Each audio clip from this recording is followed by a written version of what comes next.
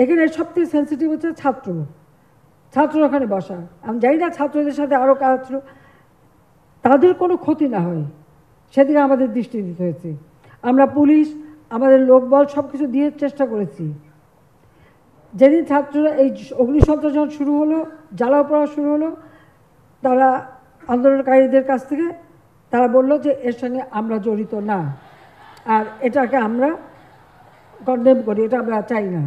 তারা যখন সরে এসেছে, আমি সেই সময় আমরা আর্মি নামিয়েছি। আমি কিন্তু তার আগে আর্মি নামাইনি। আমাদের অনেকেই বলতে চেষ্টা করে ছাত্রদের বিরুদ্ধে আর্মি নামানো। আমি রাজনীতি করে, ছাত্র রাজনীতি করে এসেছি। ওই ঢাকা ইউনিভার্সিটি থেকে শুরু করে ওই সেনাবাহিনী যে কী করতে পারে আমার জানা আছে। আপনারা জানেন যে কটা ঘটনা, যতগুলি খুন খারাপি এই শিবির, বিএনপি, জামাত এরা একসাথে করেছে। বিএনপি সম্পূর্ণ মদত দিচ্ছে। আমার প্রশ্ন, এরাই যে এত কিছু করছে, অর্থ সরবরাহ কারা করছে সেটা আপনারা খোঁজ নেন, যে অর্থগুলি কোথা থেকে আসছে আপনারা সেটাও খবর নেবেন। আমি আপনাদের কাছে অনুরোধ, এবং আমরা চাই যত দ্রুত সম্ভব এই অবস্থা পরিবর্তন হবে। অনেকটা আমরা শান্ত করে নিয়ে আসতে পেরেছি, অনেকটা আমরা এটাকে মানে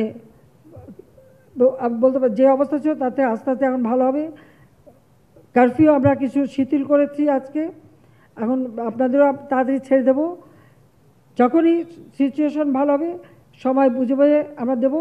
জেলাগুলিতে আমরা বলেছি যেসব জেলা এখন তারা কোনো গোলমাল করতে পারছে না, সেই জেলাগুলি এখানে ডিসি এবং আইনশৃঙ্খলা রক্ষাকারী সংস্থা এবং সশস্ত্র বাহিনী তারা বলে বসে ঠিক করে কোথায় কত ঘন্টা কারফিউ থাকবে, কোথায় থাকবে না, সেই অধিকারটা তাদেরকে দিয়ে দিয়েছি। আর ঢাকায় আমরা সেই ব্যবস্থাই দিচ্ছি, যতটুকু ভালো হবে আস্তে আস্তে সেটাও শিথিল হয়ে যাবে। জামাত শিবির তো জঙ্গি দল, কাজে এই জঙ্গিদেরই তো আক্রমণ, নইলে গলা কেটে একটা সাধারণ কর্মী ভোট দিত সবসময় আমাদের, তাকে গলা কেটে ঢাকা কলেজ ওখানে ফেলে রেখে দিল। গলা কাটে কে?